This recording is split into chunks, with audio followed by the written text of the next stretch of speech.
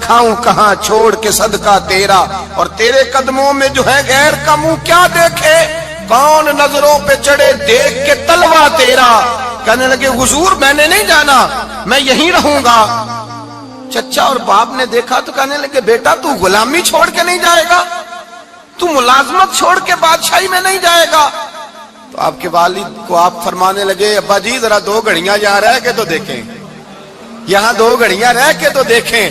فرمایا یہاں ملازموں کا وہ اعزاز ہے جو شہزادوں کا ہوا کرتا ہے، یہاں خادموں کی وہ عزت ہے۔ اور پتہ پھر ان کو مقام کیا ملا، یہ واحد شعبیاں جن کا نام اللہ نے قرآن پاک میں بیان فرمایا ہے، نام اللہ نے قرآن مجید میں بیان فرمایا۔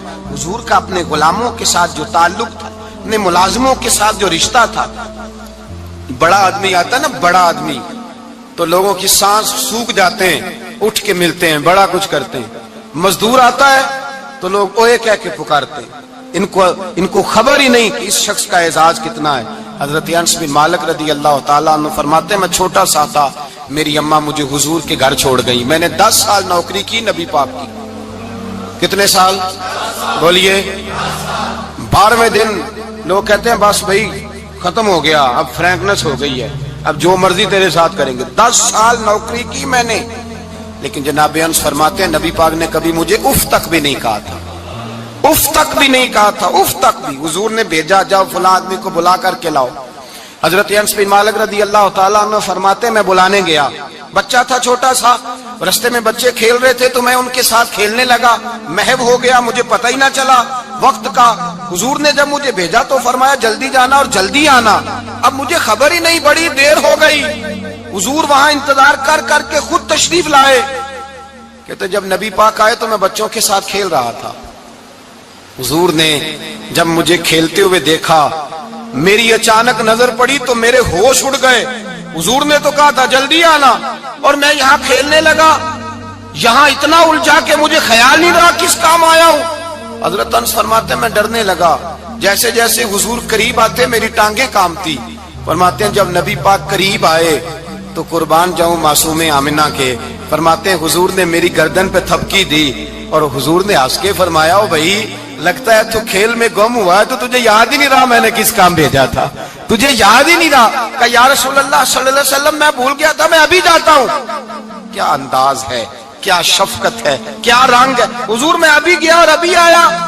نبی پاک نے فرمایا نہیں یار تو کھیل میں خود ہی چلا جاتا، تو کھیل یہاں میں خود جاتا۔ یہ اعزاز، یہ فضیلت، یہ درجہ کس نے ذروں کو اٹھایا اور صحرا کر دیا، یہ کس نے قطروں کو ملایا اور دریا کر دیا، یہ کس کی حکمت نے یتیموں کو کیا در یتیم اور غلاموں کو دنیا بھر کا مولا کر دیا، یہ کس نے اتنا۔ میرے بھائی مزدور کو حضور نے اعزاز دیا، نبی پاک اپنے ہاتھ سے کام کرنے والے کے ساتھ اس نے سلوک کرتے، محبت کرتے، پیار کرتے۔ ایک بوڑھی اماں تھی جو مسجد میں جھاڑو دینے کی مزدوری کرتی تھی۔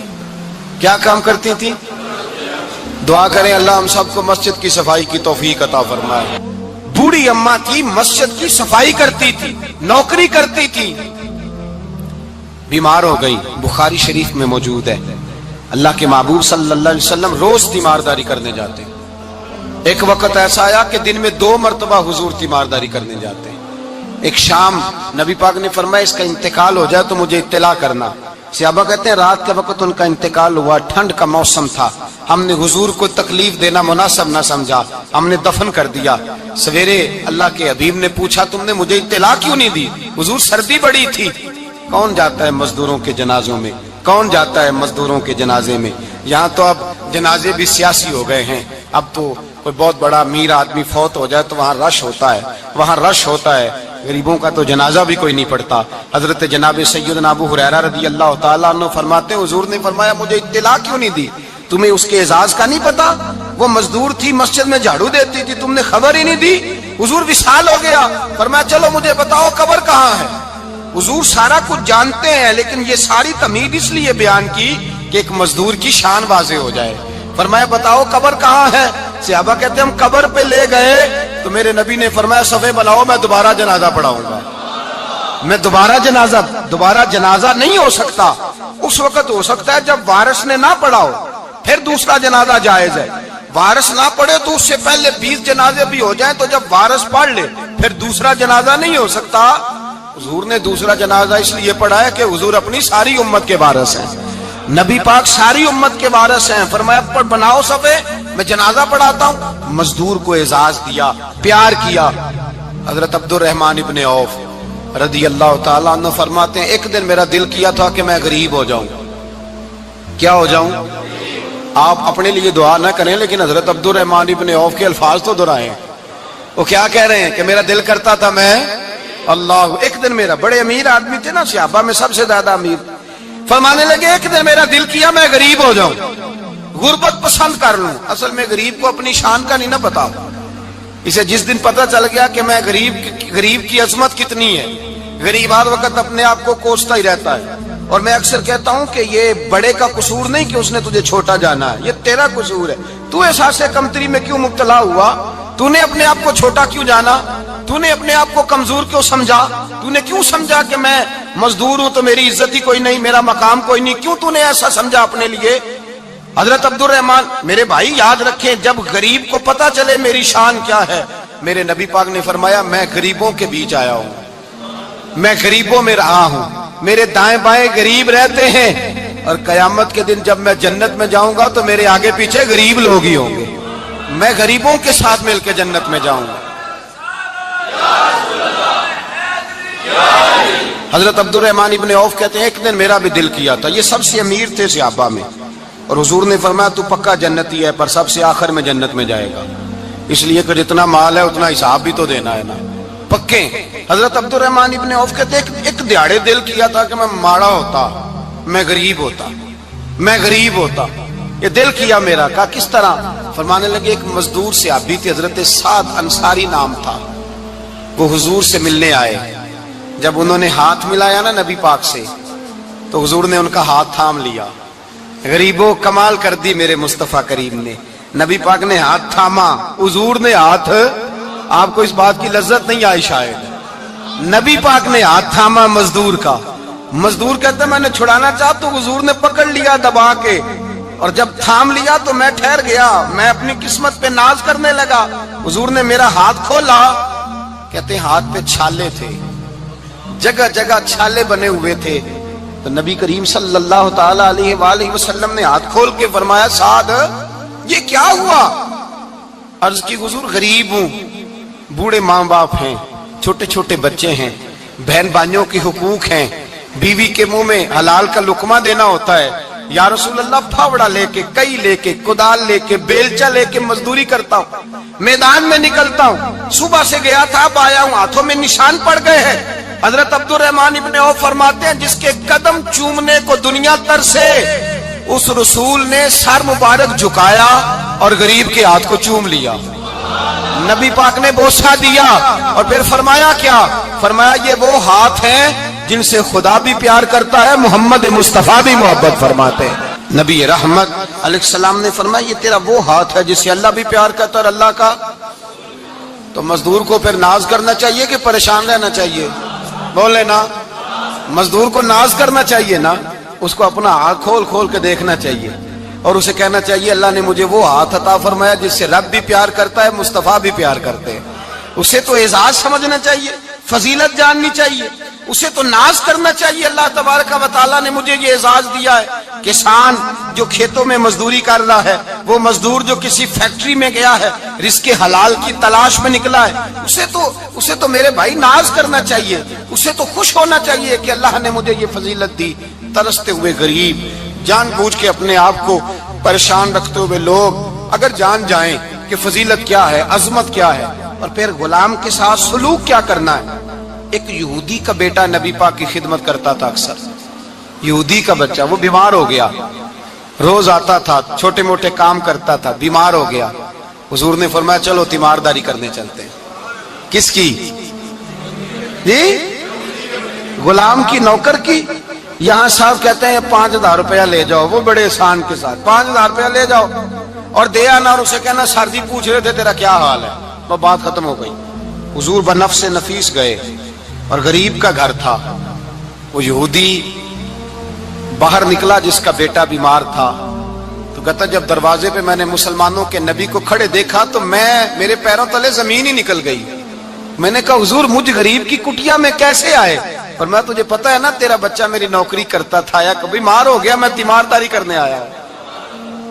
وہ یہودی کہتا مجھے خیال یقین ہی نہ آئے کہ میرے گھر میں حضور تو امیر حرم میں غریب بے نوا تو کجا من کجا میرے گھر میں حضور آئے.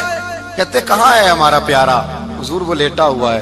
صحابہ کہتے ہیں نبی پاک سرانے گئے تو اس کا آخری وقت تھا, تھوڑا سا ٹائم تھا. میرے مصطفیٰ نے فرمایا تو میری نوکری کرتا تھا, آج میں تیری تیمارداری کرنے آیا ہوں.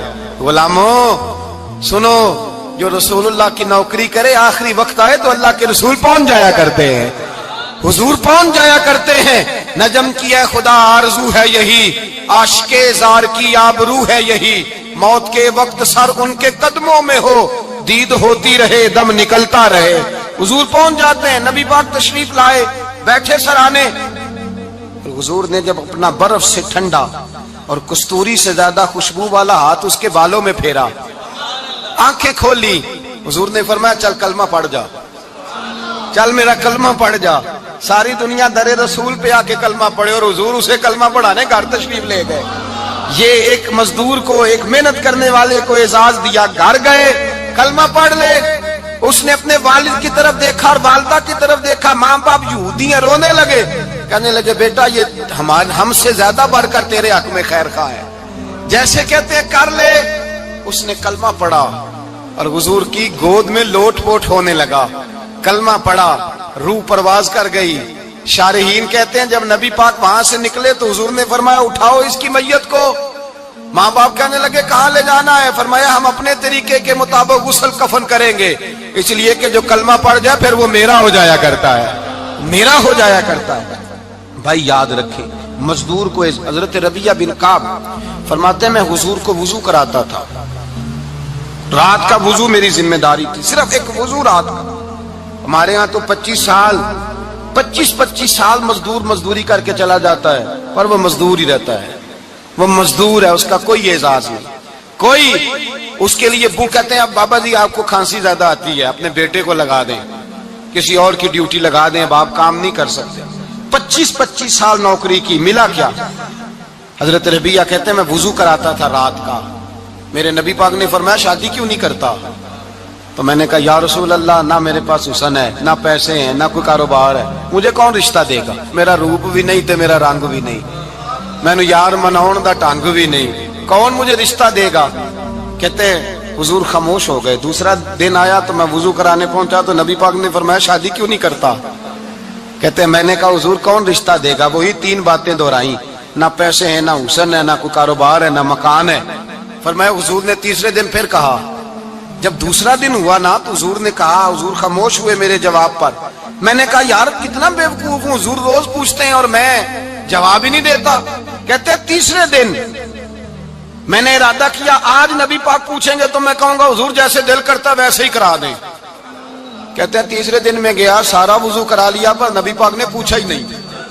میں ارادہ کر کے گیا تھا کہ آج پوچھیں گے تو بتا دوں گا, حضور نے پوچھا ہی نہیں. فرماتے ہیں وضو مکمل ہو گیا, میں دروازے تک چلا گیا تو مصطفیٰ نے آواز دی.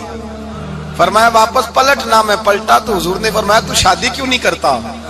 کہتے ہیں میں کھل کے مسکرایا. میں نے کہا محبوب تیرے کرم پہ قربان جاؤں, کیا انداز محبت ہے, حضور مہربانی کریں کرا دیں. فرمایا فلاں سردار کے پاس جا, ایک وضو کراتے ہیں, اور اعزاز حضور نے کتنا دیا, جا سردار کے پاس اور اسے جا کے کہہ کہ اللہ کے رسول فرماتے اپنی بیٹی کا نکاح تیرے ساتھ کر دے. فرماتے میں گیا, ماں باپ کو بڑی فکر ہوتی ہے بیٹیوں کی. وہ کہنے لگا میں شام کو خود نبی پاک کی بارگاہ میں آؤں گا. کہتے میں باہر نکلنے لگا تو وہ بچی پردے کی اوٹ سے بولی, کہنے لگی غلام ٹھہر جا, ابا جی آپ کو میری فکر ہے, اماں جی میری فکر ہے, میری فکر نہ کریں اور یہ نہ دیکھیں آیا کون ہے, یہ دیکھیں بھیجا کس نے ہے. آپ مجھے حوالے کریں نبی پاک کے, حضور کے حوالے کریں, اللہ رسول مجھے کبھی ضائع نہیں کریں گے. حضرت ربیعہ کہتے ہیں حضور نے میری شادی کا بندوبست کیا. حضرت بریدہ اسلمی سے کہا کہ تو اس کے لیے کھجور کی گٹھلی کے برابر سونا لا, حضرت حارثہ بن نعمان سے کہا تو اس کے لیے ایک کمرے کا حجرے کا بندوبست کر. حضرت عثمان غنی سے کہا تو نے ولیمہ کرانا اس کا. فرمایا میں تو تھوڑی نوکری کرتا تھا, مصطفیٰ نے ساری زندگی کا ہی بندوبست فرما دیا. یہ مزدور کے ساتھ حضور کا انداز ہے. پہلے میں نے شروع میں کہا کہ مزدور اس بات کو سمجھتا ہی نہیں کہ اس کا مقام کتنا, وہ اس بات کو جانتا ہی نہیں اللہ نے اسے اعزاز کتنا دیا ہے. ملت کا جوان سب سے پہلے تو کبھی کسی کی جیب کی طرف نہ دیکھے. اور یہ بات یاد رکھ لیں, درجنوں بزرگوں کے ارشادات کی روشنی میں ایک موٹی بات بیان کر رہا ہوں. توجہ ہے میری بات پر؟ جس کی توجہ دوسروں کی جیب پہ ہوتی ہے وہ رسوا ہو جاتا ہے. کاہل لوگ جو زندگی میں صرف ہاتھ پھیلانے کے عادی ہوتے ہیں, ان کے دامن میں سوائے رسوائی کے کچھ نہیں آتا, ان کے حصے میں سوائے بدنامی کے کچھ نہیں آتا. اور جو اپنی بازو کی قوت کے زور پر, اقبال کہتے ہیں اپنی دنیا آپ پیدا کر اگر زندوں میں ہے, سر آدم ہے ضمیر کن فکاں ہے زندگی. اپنے لیے خود جینا سیکھیں, ملت کے لیے کچھ کرنا سیکھیں. معاشرے کے اندر اس سے ادھار پکڑ کے اس کو دے دیا, تو اس سے پکڑ کے اس کو دے دیا. 2 دن اس کے پاس چلے گئے لینے, تو 4 دن اس کے پاس چلے گئے. کبھی کو دوست باہر سے آ گیا تو اس کے پیچھے بھاگنے لگے, چاپلوسی کرنے لگے.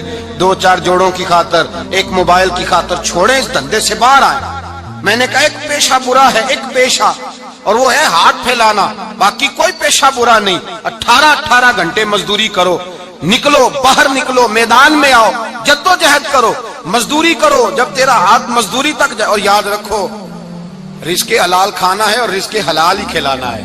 یہ وقار ہے, رزق حلال مومن کا وقار ہے. جو لوگ لقمہ حرام کھاتے ہیں وہ اپنا وجود کھو بیٹھتے ہیں, روحانی طاقتیں کھو بیٹھتے ہیں. میرے اعلیٰ حضرت رحمت اللہ علیہ فرماتے ہیں جس کا نماز میں دل نہ لگے, جس کا مسجد جانے کو دل نہ کرے, جس کا عبادت پہ توجہ نہ ہو, جس کا دین کی طرف رغبت نہ ہو, اسے غور کرنا چاہیے کہ اس کا کہیں رزق میں لقمہ حرام تو شامل نہیں ہو گیا.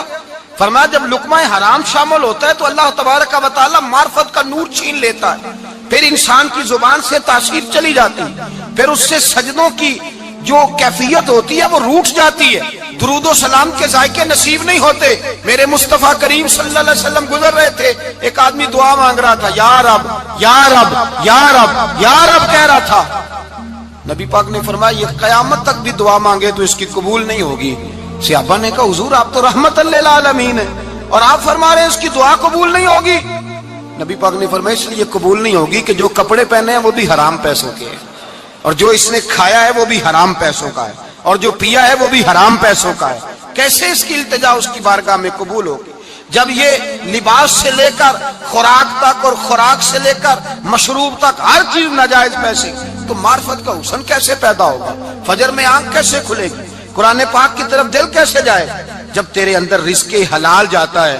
حضرت بایزید بستامی فرماتے ہیں تو محنت کر کے حلال کی روٹی کھا, وہ تیرے وجود کے اندر جا کے نور بن جائے گی, اور ایسا نور بنے گی کہ وہ روٹی تجھے صبح خود جگا کے بیدار کرا کے اللہ کی بارگاہ میں جھکا دے گی.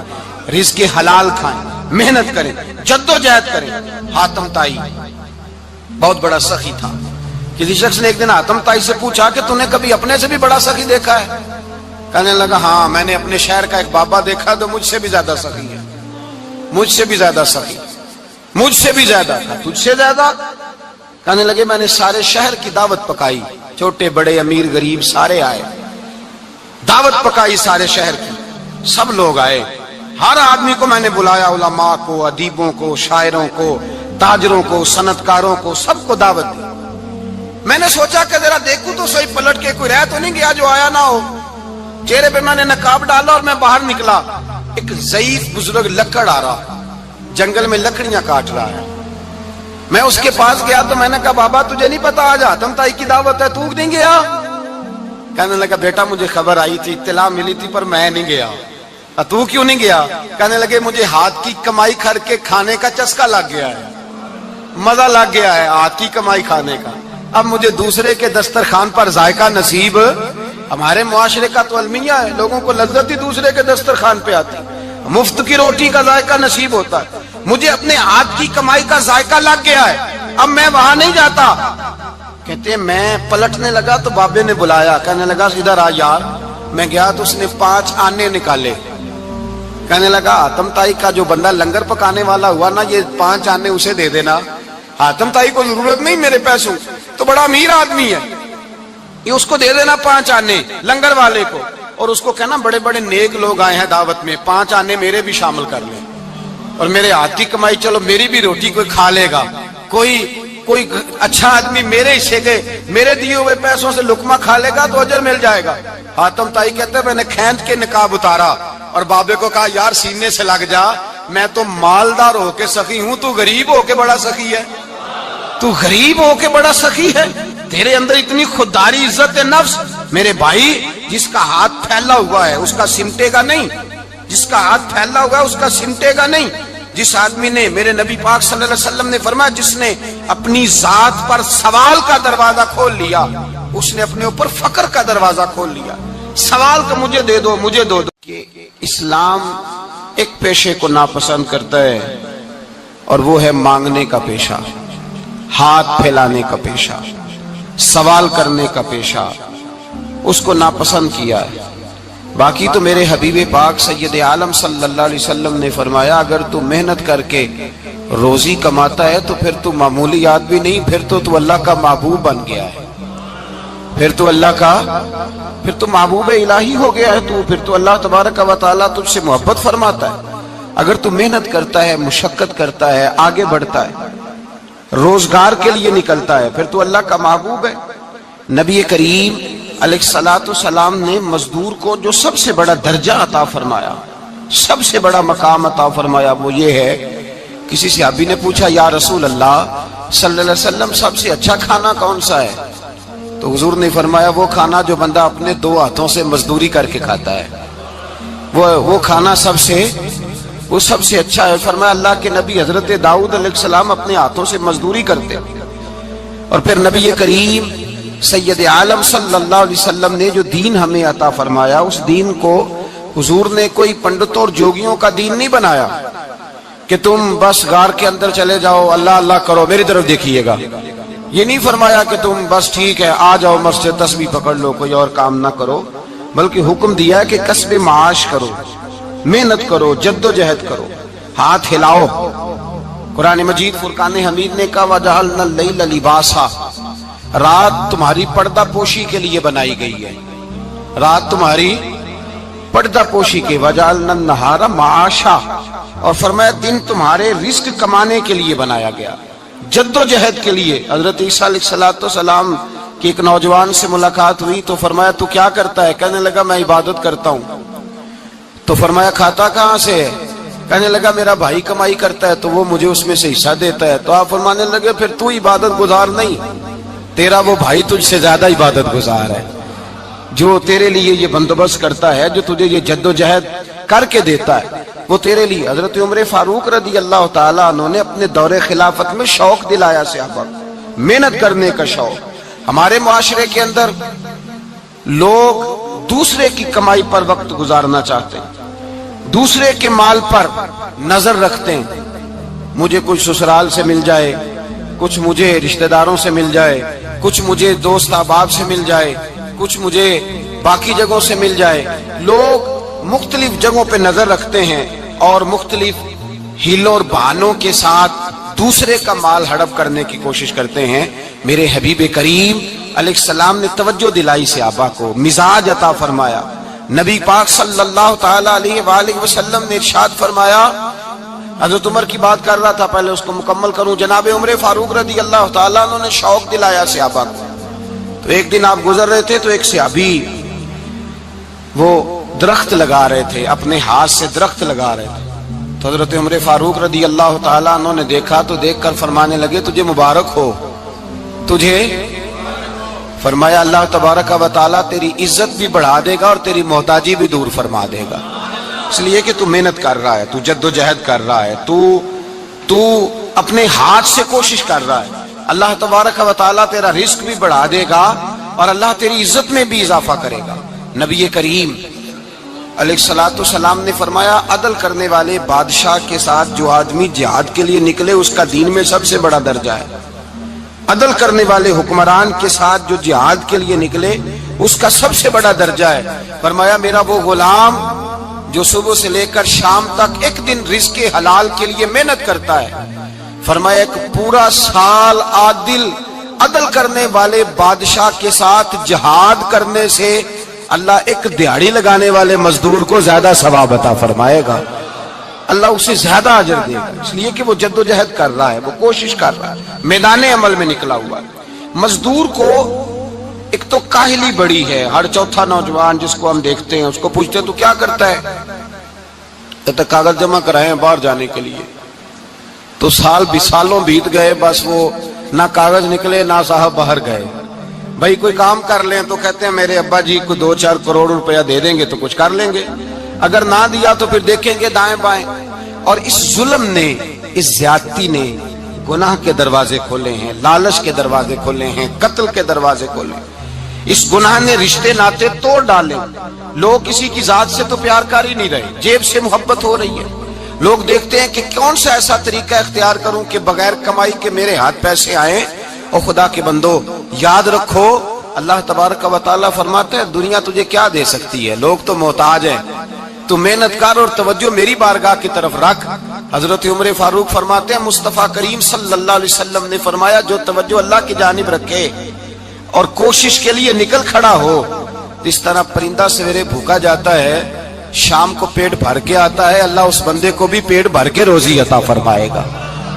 حضرت حسن بصری رحمت اللہ علیہ تشریف فرما تھے تو ایک نوجوان آیا،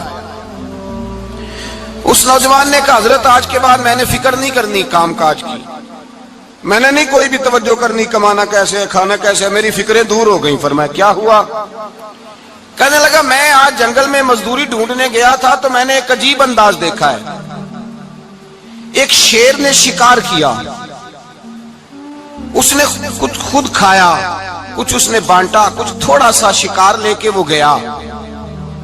پہاڑ کی چوٹی پر ایک لومڑی بیٹھی تھی، وہ لومڑی دونوں ٹانگوں سے معذور بھی تھی، آنکھوں سے اندھی بھی تھی۔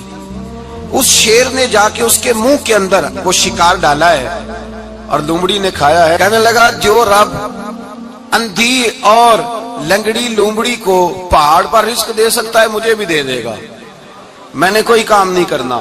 تو حضرت حسن بصری رحمت اللہ علیہ فرمانے لگے کتنی چیزیں دیکھی تو نے، ایک شیر اور ایک لومڑی۔ فرمانے لگے تو نے لومڑی بننے کا پروگرام بنایا، شیر بننے کا کیوں نہیں بنایا؟ تو شیر بننا، خود بھی کھا دوسروں کو بھی کھلا، تو نے لومڑی بننے کا پروگرام بنایا ہے۔ مزدوروں گویا حضرت حسن بصری فرما رہے ہیں کہ مزدور لومڑی نہیں ہوتا، مزدور تو شیر ہوتا ہے، مزدور تو یہ تو شیر ہوتا ہے، شیر۔ اس کا مالک جو جس نے اس کو دیہڑی پہ رکھا ہے وہ بھی مزدور کی کمائی کھا رہا ہوتا ہے، وہ بھی مزدور کی، تو مزدور تو شیر ہے۔ انہیں سر جھکا کے نہیں جینا چاہیے، انہیں سر اٹھا کے جینا چاہیے۔ یہ تو بڑے قیمتی وجود کے لوگ ہیں جو مزدوری کرنے نکلتے ہیں، ان کے کچھ حقوق ہیں، کچھ حقوق۔ ہمارے حکمران بھی حقوق کا تعین کرتے ہیں، کہتے ہیں 15,000 سے زیادہ، یہ جو بجٹ آیا ہے نا اس میں 15,000 سے زیادہ، کہتے ہیں مزدور کی تنخواہ 15,000 ہونی چاہیے۔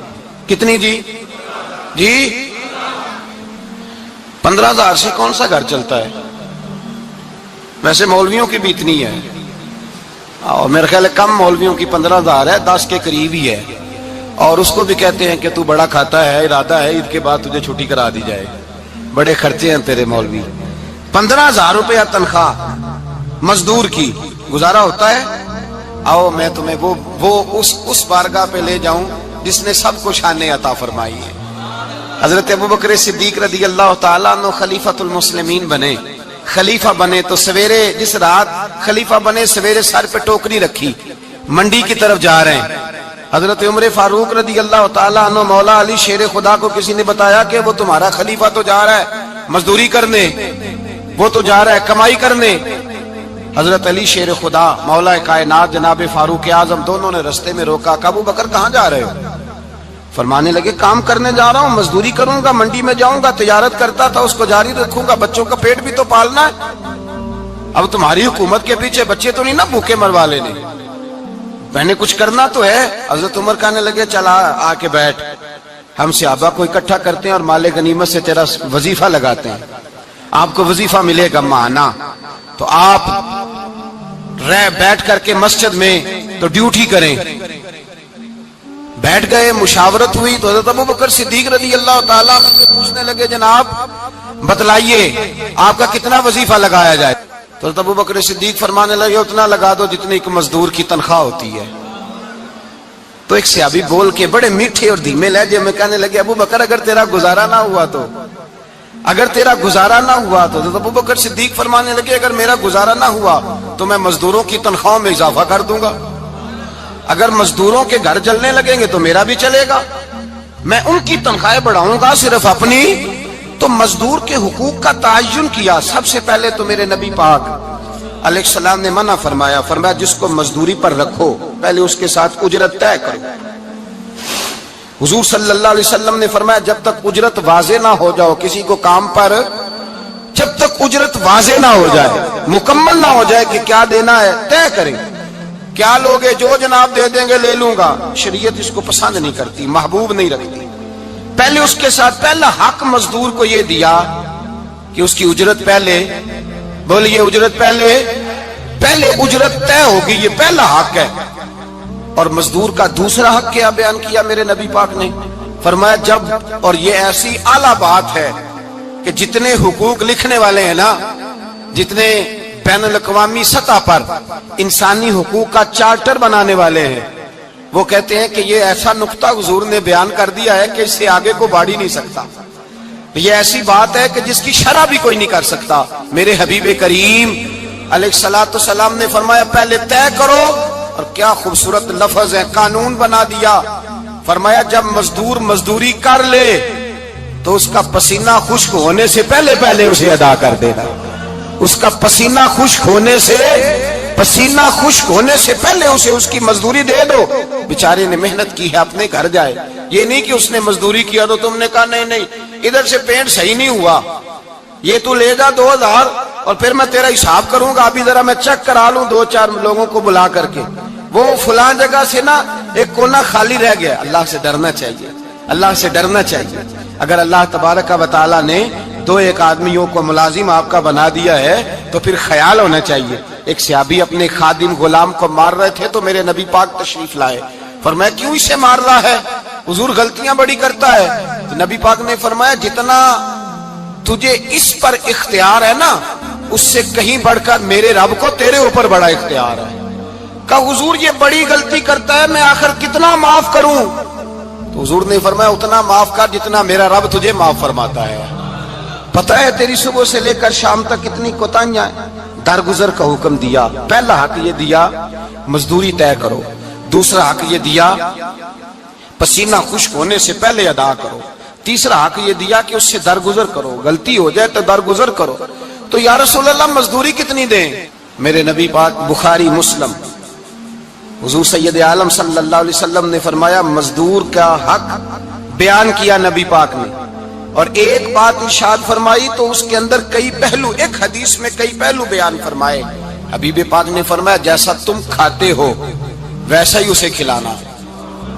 کوئی نہیں، آپ شاید سو رہے ہیں کچھ حضرات، جیسا خود کھاتے ہو ویسا ہی، بھئی بس ختم ہو گئی بات۔ اتنی بڑی بات کر دی سرکار نے۔ کبھی دیکھا ہے آپ نے کہ مزدور کو ایسے کھلایا جا رہا ہو جیسا مالک کھا رہے ہیں؟ حضور نے فرمایا بھئی مزدوروں کا حق یہ ہے کہ جیسا تم نے کھانا ہے ویسا اسے کھلانا ہے، اور فرمایا جیسا تم نے پہننا ہے ویسا اسے پہنانا ہے۔ اور پھر میرے حبیب کریم علیہ السلام نے ارشاد فرمایا اس کی ہمت سے بڑھ کر تم اس پر بوجھ نہیں ڈال سکتے، جتنا کام وہ کر نہیں سکتا اتنا تم اسے دے نہیں سکتے۔ اور فرمایا اگر اتنا کام دینا ہے جو اس کی ہمت سے زیادہ ہے تو میں اس کے مالک کو کہتا ہوں وہ بھی اٹھ کے مزدور کے ساتھ کام پہ لگ جائے، اٹھے اس کے ساتھ کام میں شریک ہو جائے۔ مزدوری کا بھی تعین فرمایا، اور پھر اس کو کام کس مقدار کا دینا ہے، مزدور کو کس قدر زیادہ اس پر بوجھ ڈالا جائے گا، یہ بھی مصطفیٰ کریم نے بیان فرمایا۔ فرمایا جو لا یکلف اللہ نفسا الا وسعها، اللہ بھی تم پر وہ بوجھ نہیں ڈالتا جو تم اٹھا نہیں سکتے، تو کسی مزدور کو تم ایسا کام نہیں بتاؤ گے۔ حضرت عثمان غنی رضی اللہ تعالیٰ عنہ ایک دن حضرت عمر فاروق سے کہنے لگے عمر بس کر دے یار، تیرے بعد بھی تو لوگوں نے خلیفہ بننا ہے، کیسے کوئی تیرے رستے پہ چلے گا؟ تو حضرت عثمان غنی سے جناب عمر کہنے لگے کیا ہو گیا؟ آپ فرمانے لگے کل میں دیکھ رہا تھا کہ لوگ باغ میں مزدوری کر رہے تھے اور آپ امیر المومنین ہو کے ان کا ہاتھ بٹا رہے تھے، تو حضرت عمر کہنے لگے بوڑھے تھے،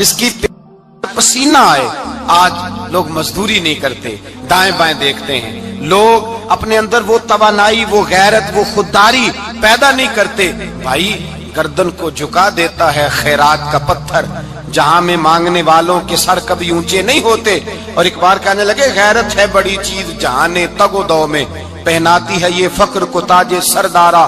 اپنے اندر یہ توانائی پیدا کرنی چاہیے, یہ کوشش کرنی چاہیے. میرے نبی کریم صلی اللہ علیہ وسلم نے فرمایا تمہارے بعض گناہ ایسے ہیں جو صرف تم مزدوری کرنے جاؤ گے تو اللہ تمہاری مزدوری کی وجہ سے ہی تمہارے گناہ معاف فرما دے گا.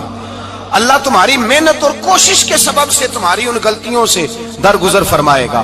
حبیب کریم سید عالم صلی اللہ علیہ وسلم نے فرمایا مزدور جب قیامت کے دن آئے گا, بھئی عالم تو آیا, صوفی تو آیا, درویش تو آیا, صحابہ تو آئے, ان کا آنا تو شفاعت کے لیے شمار کیا گیا. میرے مصطفیٰ نے فرمایا جب مزدور آئے گا, مزدور کی سب سے بڑی غلطی یہ ہے کہ مزدور اپنے آپ کو نیچ سمجھتا ہے. مزدور کی سب سے بڑی غلطی یہ ہے کہ یہ اپنے آپ کو چھوٹا سمجھتا ہے. اس کی زیادتی یہ ہے کہ یہ اپنی سوچ کو بڑا نہیں کرتا. یہ سمجھتا ہے نہیں کہ بھئی میں تو دو ہاتھوں کی محنت کی کمائی کھاتا ہوں, یہ آرزو کرم اور میں آپ سے کروں, یہ بھیک اس کو دیجئے جس کا خدا نہ ہو. مزدور کی زیادتی یہ ہے کہ یہ اپنے آپ کو چھوٹا جانتا ہے. میرے مصطفیٰ نے فرمایا جب مزدور محنت کرنے والا قیامت کے دن آئے گا تو اس کا چہرہ اس طرح چمکے گا جس طرح 14ویں کا چاند چمکا کرتا ہے. اس قدر اس کا چہرہ چمکے گا جب آئے گا وہ صبح قیامت. میرے بھائیوں مزدور ایک عظیم شخصیت کا نام ہے. محنت کرنا, اپنے دونوں ہاتھوں سے مشقت کرنا, جدوجہد کرنا. مجھے کئی سارے لوگ, میں جب ملک کے مختلف گوشوں میں جاتا ہوں تو کئی سارے لوگ کہتے ہیں آپ کے ابا جی کا مزار کدھر ہے, آپ کس مزار کے سجادہ نشین ہیں؟ تو میں ان سے کہتا ہوں میں سجادہ نشین نہیں, میں تو کسان کا بیٹا ہوں. اور میں اس شخص کا بیٹا ہوں جو رات کو 2 بجے اٹھ کے بھی گھر سے نکلتے تھے 2 نفل پڑھ کے. تو ہم پوچھتے تھے کہ اماں جی ابا جی کہاں گئے؟ تو کہتے تھے چند کھیتوں کو پانی لگانا تھا اور رات کو رخصت ہو گئے. فخر کی بات ہے, یہ اعزاز کی بات ہے, یہ اعزاز کی بات ہے. ہم نے ساری زندگی ان کے ہاتھ پہ چھالے دیکھے لیکن بات لفظ زبان پر یہی دیکھی کہ بیٹا عزت والا وہی ہوتا ہے جو اپنے ہاتھوں سے محنت کر کے روزی کھایا کرتا ہے. بھائی یاد رکھیں یہ اعزاز کی بات ہے. اعزاز, مزدور کا بیٹا فخر کرے, کسان کا بیٹا ناز کرے. وہ جو آدمی سویرے جاتا ہے ویلڈنگ کا پلانٹ لے کے کام کرنے, اس کا بیٹا ناز کرے. وہ جس کا باپ پھاوڑا چلاتا ہے, چھینی چلاتا ہے, تھوڑا چلاتا ہے, وہ ناز کرے. اور مزار صرف ان لوگوں کے نہیں ہوتے جو اللہ اللہ کرتے ہیں, ہو کرتے ہیں, وہ تو قابل اعزاز ہے اللہ کے بندے, ان کے بھی مزار ہوتے ہیں. مزار وہ بھی ہوتا ہے جس کو میرے مصطفیٰ نے فرمایا القاسب حبیب اللہ, جو محنت کرتا تھا, ہاتھوں سے جدوجہد کرتا تھا, وہ بھی تو اللہ کا دوست ہے نا, اس کا بھی تو مزار ہے نا, اس کی بھی تو قبر پر انوار ہے جو اللہ کا محبوب ہو کے گیا. تو بھائی اپنا اعزاز جانے سمجھے اس بات کو. میرے مصطفیٰ کریم صلی اللہ علیہ وسلم مزدور کو عزت دیتے, وقار دیتے, اور جو حضور کے گھر میں خادم ہوتے ان کی ناز برداری کرتے. ہمارے گھر میں جو بی بی برتن دھوتی ہے وہ ہمارے ساتھ بیٹھ کے روٹی نہیں کھا سکتی, اس کو یہ اجازت نہیں ہوتی. ہمارا جو مزدور ہوتا ہے نا, ایک صاحب کہنے لگے یہ بچہ میرے پاس کام کرتا ہے, اس کے ابا جی بھی کرتے تھے. تو میں نے کہا اس کا مطلب یہ ہے کہ تم نے آگے نہیں بڑھنے دیا, تم نے کہا مزدور ہی رہنا ساری زندگی, یہی رہنا میرے پاس, آگے نہ بڑھنا. میرے مصطفیٰ کریم سید عالم صلی اللہ علیہ وسلم کے پاس جو لوگ کام کرتے تھے, محنت کرتے تھے, مشقت کرتے تھے. ہمارا ملازم ڈرتا ہے, کامتا ہے, وہ بات کرتا ہے تو صاحب جی کہتے کہتے زبان تھکتی ہے, 100 دفعہ موڈ کو دیکھتا ہے, گالیاں کھاتا ہے بیچارہ, اس کی عزت نفس کو اچھالا جاتا ہے, اس کو رسوا کیا جاتا ہے, اور وہ بیچارہ رات کو رضائی میں منہ دے کے روتا ہے کہ یار میرے نصیب صرف اس لیے کمزور ہیں کہ میں غریب کے گھر میں پیدا ہوا ہوں. ہم احساس نہیں کرتے, اور مزدور کو کبھی موقع مل جائے جان چھوٹنے کا تو بھاگ جاتا ہے. ہمارا کردار اور اخلاق ایسا نہیں ہوتا. حضرت زید بن حارثہ رسول اللہ کے غلام تھے, نبی پاک کے گھر میں جھاڑو دیتے تھے, برتن مانجتے تھے. یہ بچپن میں اپنے قبیلے سے گم ہو گئے تھے, کسی نے اغوا کر کے لا کر کے بیچ دیا, گم ہو گئے تھے. حضور کی بارگاہ عالی مرتبت میں لائے گئے. حضرت زید بن حارثہ سارا دن کام کاج کرتے.